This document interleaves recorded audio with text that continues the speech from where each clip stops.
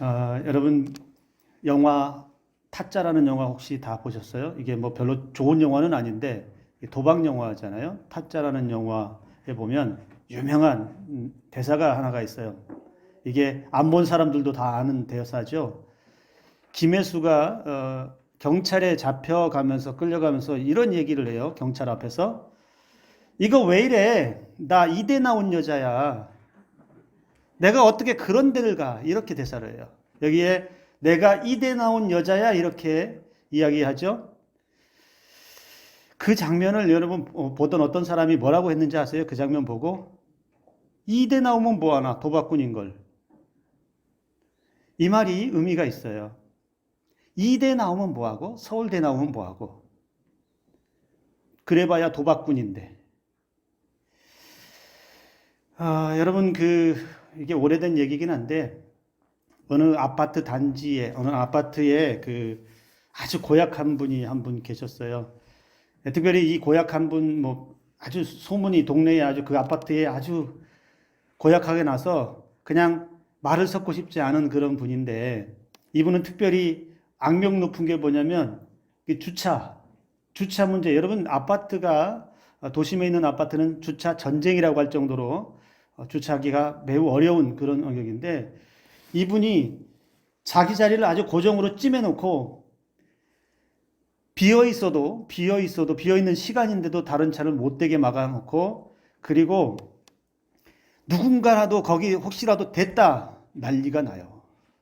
그 정도 고약함을 가지고 있고 뭐 주차장 문제뿐만이 아니라 쓰레기 버리는 문제 또 아파트에서 일어나는 어떤 크고 작은 문제들 아주 이기적이어서 자기중심적이고 자기에게 손해나거나 좀 이렇게 뭐라 그러죠? 해가 될 만한 일들을 하면 온 아파트를 그냥 난리를 치는 분인데 그 아파트, 그 동에 새로 이사 온 가정이 하나가 있는데 그분이 새로 이사 와서 이제 주차를 하다가 어떻게 하다가 이제 거기다가 주차를 한 거예요.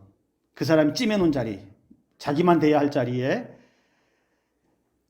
한밤중에 전화하고 난리가 났어요. 누가 여기다 주차를 했냐고. 전화로 해가지고 얼마나 큰 소리를 치는데 막 내려와서 이게 미안할 일은 아닌데 빈자리에다가 이분은 그냥 한 것뿐인데 미안할 일도 아닌데 하도 난리를 치고 막 그냥 험한 말을 하니까 그냥 죄송하다 하고 사과하고 차를 빼서 다른 데다가 이렇게 주차를 하고 하는데 그런 장면을 몇 번을 봤어요. 그러다가 이분이 그 동네 이제 그 아파트에서 이제 이렇게 알게 된 사람에게 물어봤어요. 아니, 저 사람은 도대체 뭐 하시는 분이에요? 왜 저러는 거예요? 뭐 대단한 분이세요? 물어봤어요. 근데 그분이 그 질문에 듣다가 뭐라고 얘기하니까 고개를, 아휴, 저 사람, 예, 이름을 대면 알만한 큰 교회 장로인데, 개요, 개. 개. 아주, 예, 죄송합니다. 용서하고 드리세요. 지랄마저 죽겠어. 조금만 자기에게 손해가 되거나 그 주차 자리에 다른 차가 오면 다른 사람에 대한 배려는 둘째치고 난리가 난다는 거예요. 그게 너무너무 심하다는 거예요. 근데 아무도 못 건드린다는 거예요. 아무도. 그러면서 그분이 뭐라고 얘기하냐면, 아이고, 큰 교회 장로면 뭐고, 큰 교회 목사면 뭐고, 사는 게 저 모양이니, 사람이 저 모양이니, 장로면 뭐하니. 이 이야기를 이렇게 들으면서 생각나는 건 여러분, 신앙이 있다라고 하는 건 꼭 신앙이 없어도 사람의 됨됨이가 다른 사람들 보기에 나를 혹시 꼭 이 장로님처럼 평가는 받지 않을지라도 나를 향해서 좋은 평가가 나오지 못하고 나를 향해서 다른 사람들이 아이고 왜 사냐 왜 그러고 사냐 라고 평가를 한다면 여러분 우리의 삶을 한번 다시 돌아봐야 합니다. 좋은 교회에 다니고 있는 것이 중요한 게 아니고 직분이 있는 것이 중요한 게 아니고, 목사라고 하는 직분을 가지고 있는 것이 중요한 게 아니고, 어떤 삶을 사느냐, 그 삶에 맞게, 그 직분에 맞게, 그 자리에 맞게 품격 있는 삶을 살고 품격 있는 신앙을 가지고 있지 않으면 언제든지 우리는 제가 말씀드린 이 장로님과 같은 그런 삶을 살 수밖에 없다라는 거죠. 저는 개인적으로 바람이 있다면 제가 제일 영광스럽고 제일 자부심을 가지고 제일 명예롭게 생각하는 말이 뭐냐?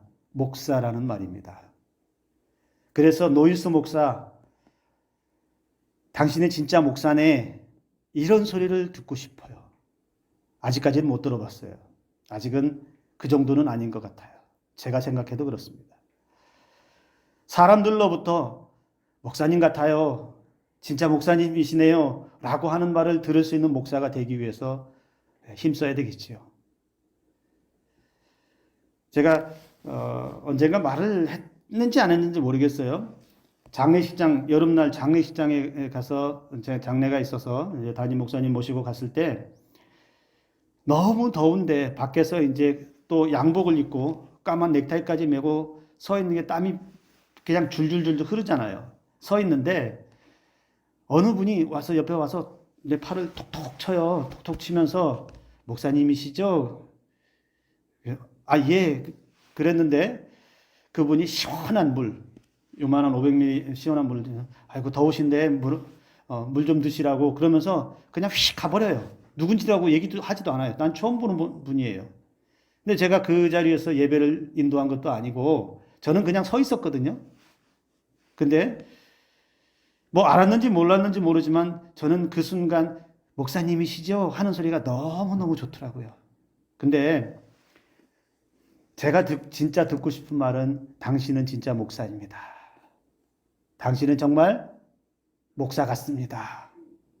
정말 목사로서 가치를 인정받고 목사로서의 품격이 있다라고 인정받는 것이 제 소망이라는 것이죠. 그렇게 되기 위해서 어떻게 해야 될까요? 이마에다가 나는 목사입니다. 그 목사 딱 써붙이고 다닐까요? 그러면 사람들이 이거 저거 목사네? 이렇게 알아줄까요? 아니면 목사의 직분이 있으니까 목 뻣뻣하게 딱 세우고 여러분들 앞에서 나 목사니까 건들지 마 이렇게 하고 다닐까요? 목사라면 맡겨주신 교회의 책임을 다할 수 있어야 되겠고요.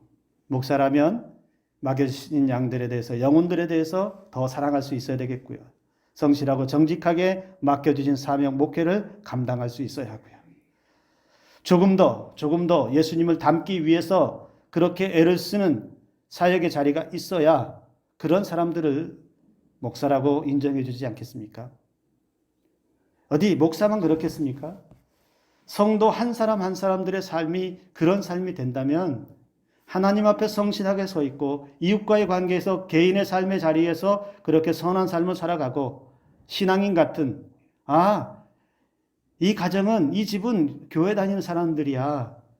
교회 다니는 사람들이라서 그런지 사람들 참 좋아. 이 사람들 말도 함부로 하지 않고 사랑도 있고 신앙생활 참 잘하는 것 같아. 이런 칭찬을 들어야 하지 않겠습니까? 오늘 우리가 읽은 시편 1편의 말씀을 보면 여러분 보통은 이제 시편 1편 말씀을 듣고 우리가 하나님의 말씀을 들을 때 설교를 들을 때 복에 대한 설교를 많이 듣죠. 복을 받기 위해서 복을 받으려면 어떻게 해야 될 것이냐, 복 받는 신앙은 어떤 것이냐라고 하는 설교를 가장 많이 들었을 거예요. 그런데 오늘 저와 여러분들이 함께 나누고자 하는 것은 복을 받기 위해서 뭘 해야 된다라는 관점이 아니라 오늘 우리는 복을 이미 받은 사람은 어떠해야 되는가 이런 관점에서 하나님의 말씀을 나누려고 합니다. 여러분 1절 오늘 1편 1절 시작할 때 보면 복을 받기 위해서라고 쓰이지 않았어요. 복을 받기 위해서 라고 쓰지 않고 어떻게 해요? 복 있는 사람은, 즉 무슨 얘기예요? 이미 복을 받은 사람은, 그러니까 복을 받기 위한 전제가 아니라 복은 받은 사람이 그 다음에 어떻게 하라는 거예요. 복을 이미 받은 사람은 악인들의 꾀를 따르지 않고 죄인들의 길에 서지도 않고 그리고 오만한 자의 자리도 앉지 않는다 이렇게 말하고 있어요. 복을 이미 받고 누리는 사람은 죄악의 길에 서 있지 않는다. 이미 복의 길에 들어서 있기 때문에 오만한 자리에도 있지 않는다. 바로 그렇게 전제하고 오늘 1절의 말씀을 시작하고 있다는 겁니다.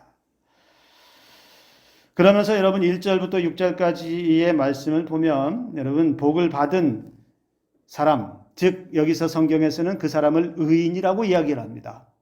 복을 받은 의인의 삶과 그리고 하나님의 복을 받지 못해서 죄인의 삶에 떨어져 있는 사람을 악인이라고 칭하고 있습니다.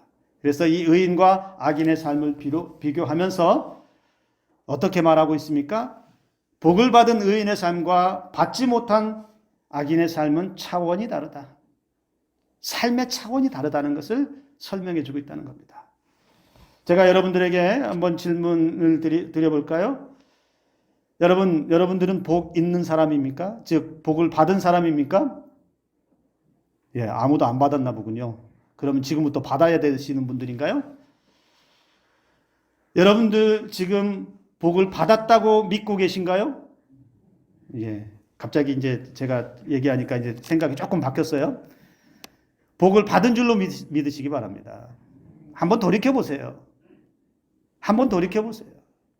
받은 복이 얼마나 많은지 여러분 한번 밤을 새서라도 세어보면 얼마나 그것이 많은지 헤아릴 수 없을 만큼 복이 많다라는 것을 알 수 있을 것입니다. 그래서 우리가 사람들에게 말할 때에 나는 복 받은 사람이야. 이렇게 말하는 것과 이렇게 해야 복을 받아. 이렇게 해야 복을 받는다니까. 복 받기 위해서 이렇게 해야 돼. 어느 게 더 낫습니까? 나는 복을 받은 사람이야. 여러분, 이렇게 말하는 사람의 말에 여유가 들어있어요. 나는 이미 복을 받은 사람이라니까. 나에겐 이미 복이 있다니까. 이게 얼마나 사람의 마음에 평강의 은혜를 주는데 여전히 나는 복을 받기 위해서 찾아다니고 복을 받기 위해서 뭘 해야 되고 얼마나 피곤한 인생이겠어요. 안 믿는 사람들이 그런 이야기들 많이 해요. 야, 교회 다니는 사람들은 왜 그렇게 복을 좋아하냐? 교회 다니는 사람들은 왜 그렇게 복을 달라고 허구한 날 자기가 믿는 신에게 복. 그래서 무슨 예배 한 번만 드려도 축복성에 복자가 들어가야 되고 기도해도 축복기도. 저도 이제 축복기도 한다고 했는데 허구한 날 복 너무 복을 좋아해서 예수 믿는 사람들 보면 전부 다 그냥 복을 못 받아서 안 달란 사람 같다 이렇게 이야기하는 사람들이 많아요. 그래서 부정적으로 표현할 때 참 안 됐다.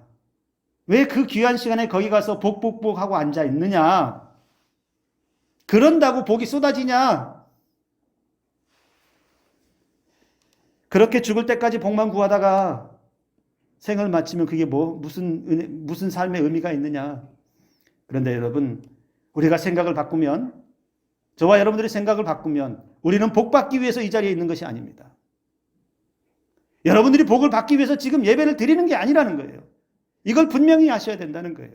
이미 복을 받아서 하나님으로부터 생명의 복을 받았고 하나님으로부터 가정에 대한 복을 받았고 하나님으로부터 교회에 대한 복을 받았고 하나님으로부터 자녀에 대한 복을 이미 받았고 다 받고 누리고 살고 있는 가운데 주신 복이 너무 감사하고 너무 은혜여서 도저히 하나님 앞에 예배 드리지 않고서는 견딜 수 없는 은혜가 있다는 거예요.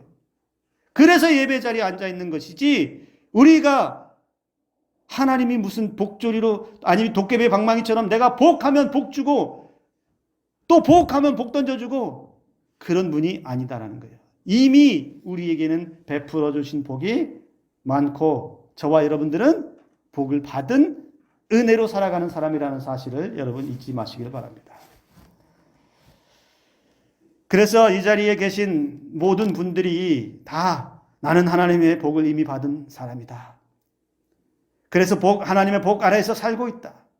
더 이상 내가 복 달라고 매달리지 않아도 하나님 복 그렇게 강조하지 않아도 하나님께서 필요할 때마다 있어야 할 때마다 하나님의 시간에 반드시 우리의 인생과 우리의 가정과 자녀들에게 복되게 하시는 은혜가 주어질 줄로 믿습니다. 하나님은 달라고 해야 주시는 분이 아니고 달라고 하지 않아도 우리의 필요를 아시기에 다 채워주시는 줄로 믿습니다. 그래서 여러분, 차원이 다르고 품격 있는 신앙의 출발은 바로 여기서부터 출발을 해야 돼요.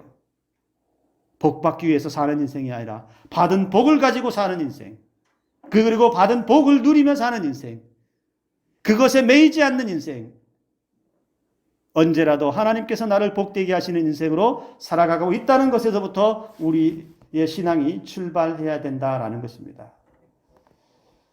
우리 한번 인사 나눠볼까요? 옆에 있는 분들에게 나는 복받은 사람입니다. 한번 인사 나눌까요? 자, 한 번 더 인사 나누겠습니다. 나에게 하나님의 복이 있습니다.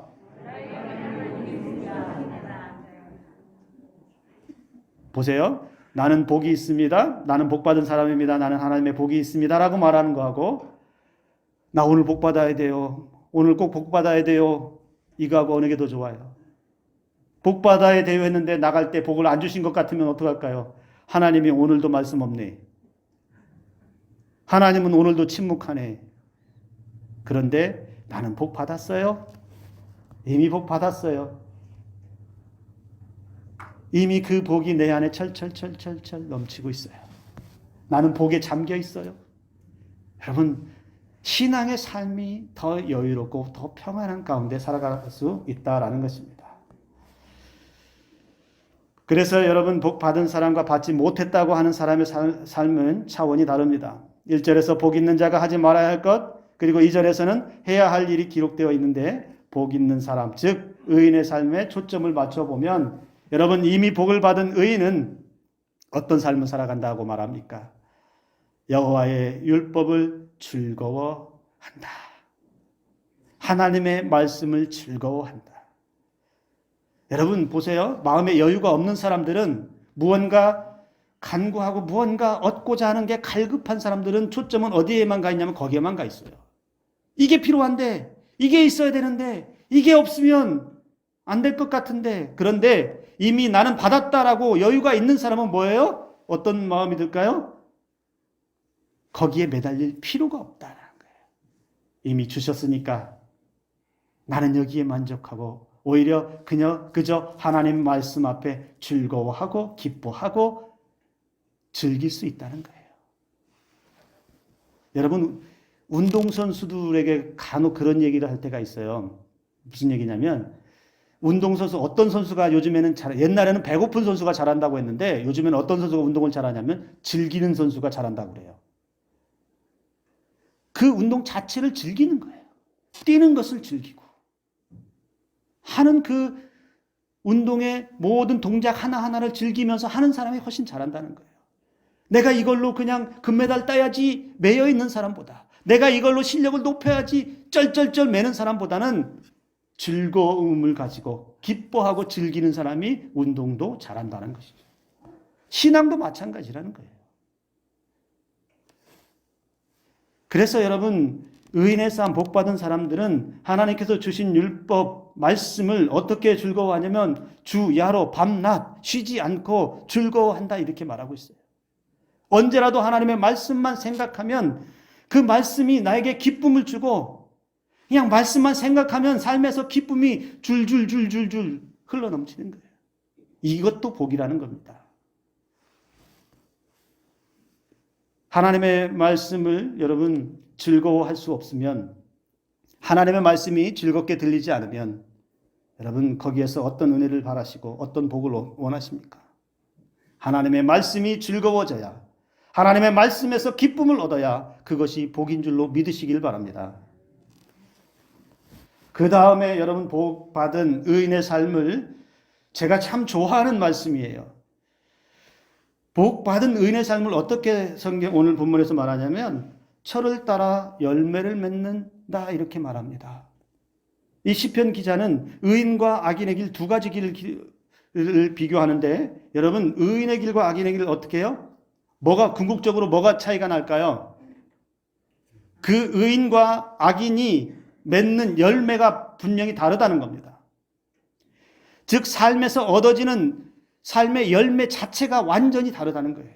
의인의 길, 복받은 사람은 어떻게 표현했어요? 물가에 심기운 나무에 비유되고 있어요. 물가에 심기운 나무가 풍성한 은혜의 열매들, 삶의 열매들을 맺는 것. 그래서 풍성한 삶이라는 건 뭐예요? 뭔가 이렇게 얻어져야 되는 걸까요?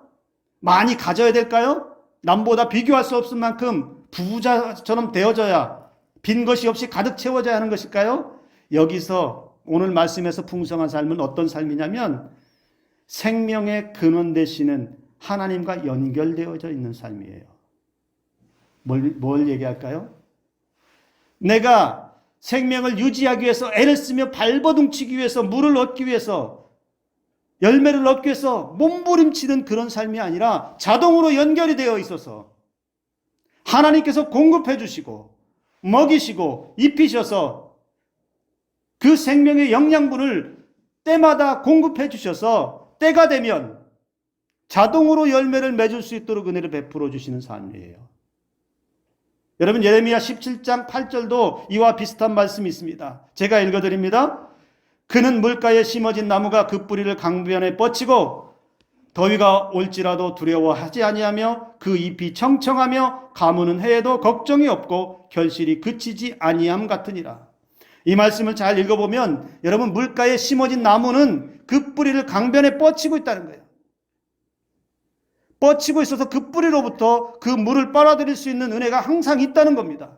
그래서 이어지는 말이 뭐예요? 그렇기 때문에 더위가 와도 두렵지 않고 항상 잎이 청청한 삶을 살고 가무는 해에도 물이 없을 때에도 그 뿌리는 어디에 있기에? 강변에 물이 있는 곳에 이미 뻗어 있기 때문에 걱정할 필요가 없다. 생명의 근원 되시는 하나님께 생명의 뿌리를 두고 있는 물가에 심어진 나무는 이런 걱정하지 않습니다. 가뭄때를 대비해서 물을 저축해야지. 댐을 만들어서 평생 목마를 해결해야지. 이런 걱정하지 않는다는 거예요. 이미 자신의 생명의 근원 되시는 하나님께 뿌리를 두고 있기 때문에. 그래서 여러분 생명의 근원되는 곳에 뿌리를 뻗고 있는 이 나무는 자연적으로 하나님으로부터 주어지는 그 은혜를 먹고 복된 삶을 살아가게 된다는 것입니다. 그래서 여러분 오늘 3절의 말씀에서 철을 따라 열매를 맺으라고 했고 그 철을 따라 열매를 맺는 그 삶은 모든 삶이 형통하리로다 이렇게 말씀하고 있다는 겁니다. 신앙인들 중에 참 안타까운 삶을 사는 사람들이 있어요. 이런 유의 사람들이에요. 쩔쩔매는 사람들. 하나님을 믿고 있다고 하는데 예수님을 믿고 있다고 하는데 늘 쩔쩔매요. 없어서 쩔쩔매고 일이 안 돼서 쩔쩔매고 어찌할 바를 몰라서 매 삶이 그냥 자신도 모르게 쩔쩔매고 어찌할꼬 항상 근심하고 쉬지 않고 근심하고 범사에 근심하는 삶. 왜 그럴까요? 하나님을 향해서 뿌리를 내리지 못하고 하나님으로부터 오는 그 복을 자동적으로 받지 못하니까 자꾸만 물을 향해서 뿌리를 뻗으려고 애를 쓰고 물이 없으면 어찌할꼬 매일매일 삶에서 쩔쩔매는 일이 안 풀리면 또 일이 안 풀려서 쩔쩔매는 여러분 우리가 믿고 있는 하나님은 어떤 하나님이냐? 우리를 쩔쩔매게 하시는 하나님이 아니시라는 겁니다. 돈이 없어서 쩔쩔매게 하시는 하나님도 아니시고 우리가 살지 못하도록 길이 막혀서 가지도 못하게 해서 쩔쩔매게 하시는 하나님도 아니시라는 겁니다. 여러분, 이렇게 쩔쩔매는 인생, 또 이렇게 쩔쩔매는 신앙은 이런 표현 써서 죄송하지만 수준 낮은 신앙이에요. 불쌍한 신앙이라는 겁니다. 생명의 근원 되시는, 마치 나무가 물가에 심겨진 나무처럼, 강변에 뿌리를 두고 있는 나무처럼, 그래서 늘 생명이 공급되고 늘 잎이 청청하고 가무는 해에도 더위가 와도 걱정하지 않고 때가 되면 열매를 맺는 풍성한 은혜의 삶을 사는 그런 은혜가 저와 여러분들의 삶에 넘치기를 주님의 이름으로 축복합니다. 그런데 반대로 악인의 삶을 어떻게 비교를 했습니까? 여기 겨와 같다라고 그랬어요. 4절의 말씀을 보면 오직 바람에 나는 겨. 겨라고 하는 것, 여러분, 이게 이미지가 어떤 이미지가 떠올라요? 겨라고 하는 것. 이 겨라고 하는 것이 주는 이미지는 이거예요. 껍데기. 아무것도 없다는 거예요, 안에. 속에. 그러니까 아무것도 없는 껍데기는 어떻게 해요? 바람이 이리 불면 이리 날아가고 저리 불면 저리 날아가고. 이 껍데기에서는 어떤 생명도 찾아볼 수가 없어요. 이 껍데기에서는 어떤 것도 기대할 것이 없어요. 즉 하나님의 복을 받지 못한 악인의 삶에서는 어떤 생명이 되는 은혜도 열매도 기대할 것이 없다. 그러니까 여러분, 의인과 악인, 복 받은 사람과 복을 받지 못한 사람의 삶이 얼마나 확연하게 차이가 나는지를 분명히 알 수 있다는 거예요. 저와 여러분들의 신앙의 삶이, 그리고 우리의 개인 한 사람 한 사람의 삶이 하나님으로부터 이미 복을 받은 강가에 심겨진 나무처럼 생명의 뿌리를 하나님께 두고 살아가는, 하나님께서 때를 따라 철을 따라 열매를 맺게 하시는 은혜의 삶으로 살아가는 삶이 되기를 주님의 이름으로 축복합니다. 근데 결정적인 마지막 차이는 여기에 있습니다. 끝이 달라요. 또 끝이 달라요.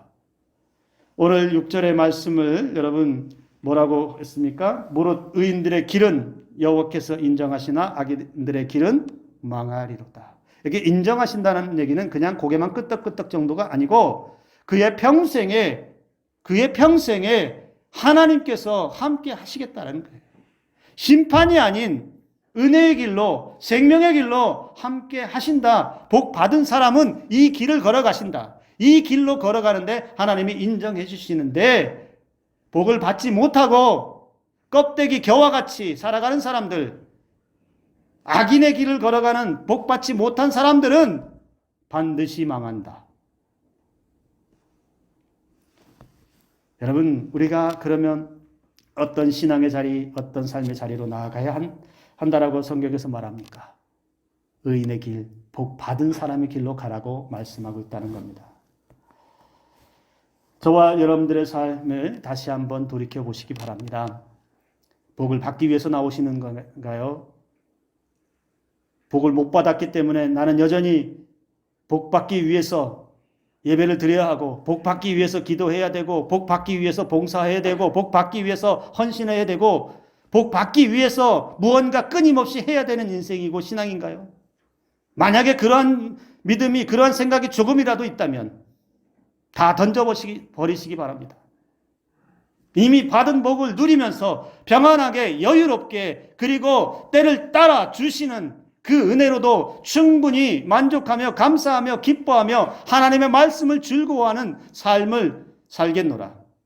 그래서 그러한 삶으로 늘 예배자리가 기쁘고, 늘 하나님께 가는 것이 기쁘고, 기도하는 것이 기쁘고, 말씀 읽는 것이 기쁜 이러한 차원이 다른 삶을 살아가는 은혜가 있기를 주님의 이름으로 축복합니다. 올 한 해 여러분, 우리가 어떤 삶을 살아가야 할까요? 바로 이런 삶을 살아야 돼요. 적어도 남원 산성교회에 있는 성도들은 수준 낮은 신앙이 아닌